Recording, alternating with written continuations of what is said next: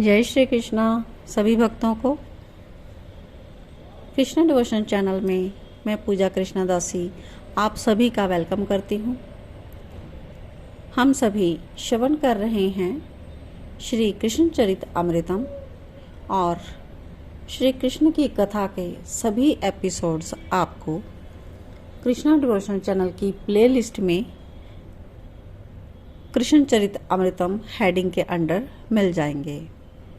आपका अगर कोई भी एपिसोड मिस हो जाए तो आप वहां से इसको श्रवण कर सकते हैं, और अगर न्यू व्यूअर्स हैं तो वो स्टार्टिंग से आप लाभ लें सेवाओं का। श्री कृष्ण की कथा स्टार्टिंग से श्रवण करें। हर एक कथा का अपना अलग ही आनंद है और कॉन्टिन्यूटी अगर हो तो उसकी तो बात ही क्या। तो चलिए आज की कथा में हम श्रवण करेंगे गोपिकाओं की व्यथा। गोपिकाओं की क्या दशा क्या व्यथा हो जाती है जब मथुरा के लिए श्री कृष्ण गमन करते हैं।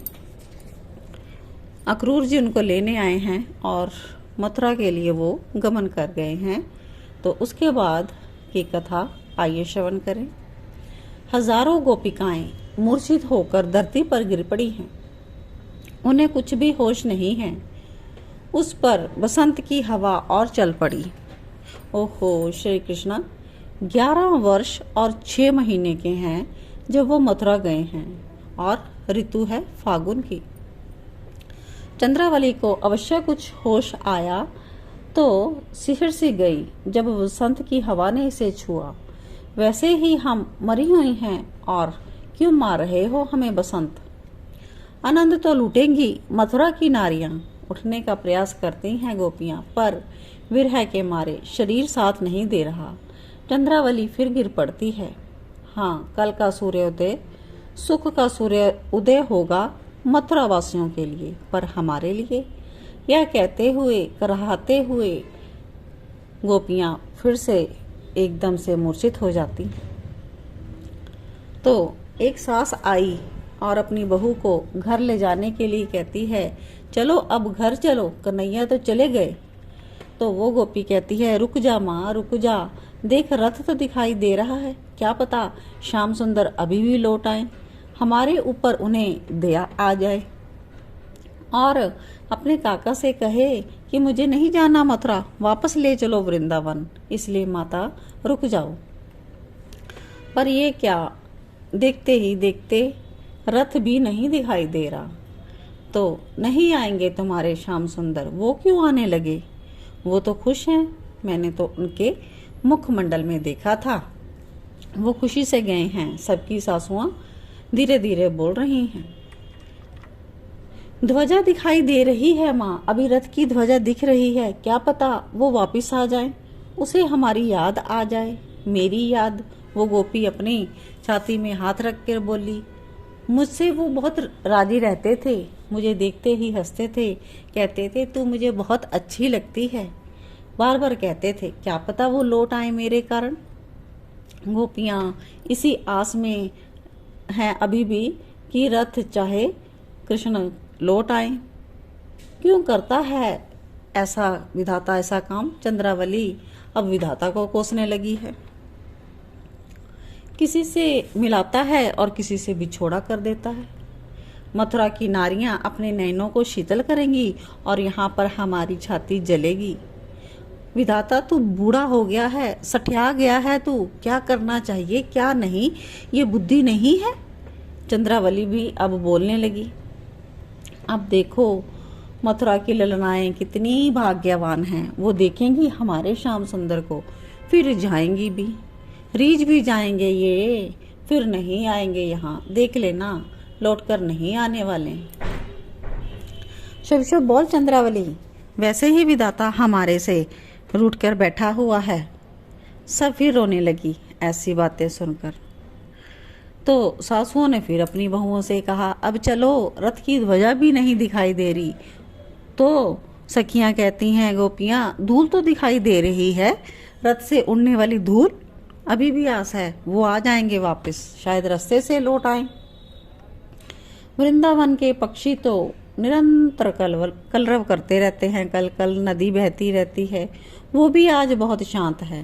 बंदर जो उछलते कूदते रहते हैं, कभी थकते नहीं, वो भी वृक्षों पर शांत बैठे हैं और अश्रु गिर रहे हैं अपने नेत्रों से सबके जाते हुए रथ को देखकर। लेकिन बंदरों के भी यही हाल है। अब इनसे पूछने वाला कौन है इस वृंदावन में? तो बंदर भी शायद ये सोच रहे हैं कि आज के बाद हमें माखन कौन देगा, हमारा कन्हैया तो चला गया, पूरा वृंदावन सूना हो गया। ऐसा लग रहा था वृंदा देवी ही विरह कारत हो गई हो, अपने आप को भुला बैठी, तो अब नहीं आएंगे। यहाँ 6 ऋतु, यहाँ तो एक ही ऋतु है आज से। कौन सी? वर्षा ऋतु। अब बारिश ही होती रहेगी। कैसे? नैनों से निरंतर बरसते रहेंगे अश्रुजल। तो अब फिर कहा गोपियों को कि अब तो रथ की धूल उड़नी बंद हो गई है। सबकी सास चिल्लाई कि अब उनकी आस आने की पूरी समाप्त हो चुकी है। तो अब गए चले हैं श्याम सुंदर मथुरा। हे गोविंद, हे दामोदर, हे माधव, हे कुंज बिहारी, सब चिल्ला रही हैं, सब पुकार रही थी। किसी को कोई लज्जा नहीं। ससुर खड़े, सास खड़ी, पति है, लेकिन वो अपने कृष्ण को पुकार रही हैं। अभी तक रो रही थी, लेकिन अब तो नाम ले लेकर पुकारने लगी। इन्होंने लज्जा छोड़ दी। चंद्रावली ने कहा भी, गोपियों को रिमाइंड भी करवाया, आपके सास ससुर देख रहे हैं। एक गोपी अति विरह में हंसती है, सब कुछ चला गया, अब काहे की लाज। और कोई पुकारती है, धरती पे ही गिर जाती है विरह के कारण। किसी गोपी को तो होश ही नहीं, उसकी गरम गरम सांसें चल रही, आंखें पलटी हुई हैं। इतना सब प्रसंग सुनाते हुए उद्धव और विदुर जी हिलकियों से रो पड़े। क्या कहूँ तात, क्या कहूँ इन गोपियों की विरह कथा, क्या कहूँ। चलसी यद्ब्रज चारयन पशु, नलिन सुंदरन नाथ ते पदम। शीलतृणांकुरे सीदतीतिना, कलिलतां मना कांत गच्छति, कांत गच्छति।